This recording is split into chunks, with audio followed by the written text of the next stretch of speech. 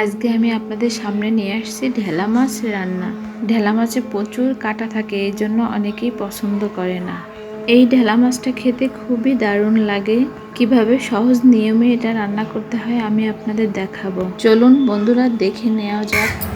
Hello বন্ধুগণ, আজকে আমি আবারও আপনাদের সামনে নতুন আরেকটা ব্লগ নিয়ে হাজির হয়েছি। আজকে আমি আপনাদের রেঁধে দেখাবো ঢেলা মাছ। ঢেলা মাছ কীভাবে রান্না করে দেখাই সেটা আপনাদের আমি সংক্ষেপে দেখাবো।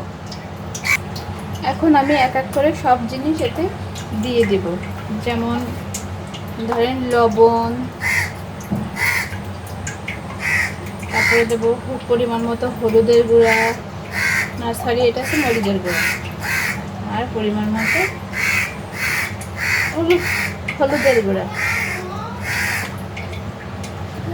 এখন আমি মাছগুলো হলুদ, লবণ, মরিচ সুন্দর করে হাত দিয়ে মেখে নিব। আমি সম্পূর্ণ হলুদ, লবণ, মরিচ সুন্দর করে মেখে নিয়েছি। আমি চুলে একটা প্যান বসিয়ে নিচ্ছি, সেটা আমি অন করলাম।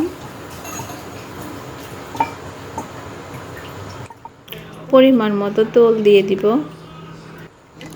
তেলটা যখন গরম হয়ে যাবে তখন একে একে মাছগুলো ছেড়ে দিব। হালকা বাদামি কালার করে ভেজে নিব, এপিট ওপিট করে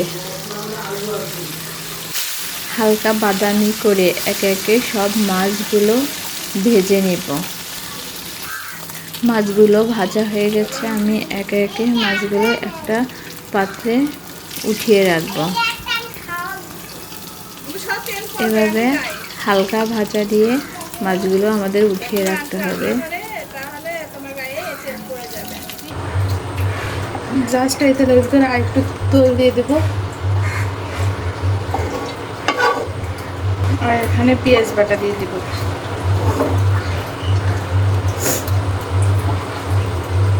পরিমাণ মতো লবণ দিয়ে দেবো, হলুদের গুঁড়া, মরিচের গুঁড়া। হালকা তেলের ভিতরে মশলাটা কষিয়ে নেব ভালোভাবে।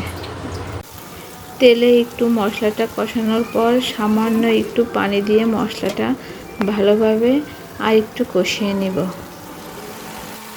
মশলাটা যখন কষানো হয়ে যাবে তখন আমি একে একে মাছগুলো মশলার ভিতরে ছেড়ে দিব।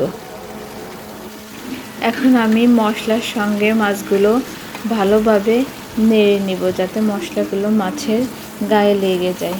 কিছুক্ষণ জাল হওয়ার পর আবার আমি সামান্য পরিমাণ পানি দিয়ে দিব, তারপরে ঢাকনা দিয়ে ঢেকে রাখব। আমি মশলাটাকে শুকিয়ে ফেলছি। এরকম রান্না করে খেতে দারুণ লাগে, সবাই এটা পছন্দ করবে। এখন আমি মাছটা একটা পাত্রে উঠিয়ে দেখাচ্ছি আপনাদের। দেখেন, মাছটা আসলে খুবই সুন্দর এবং খেতেও দারুণ।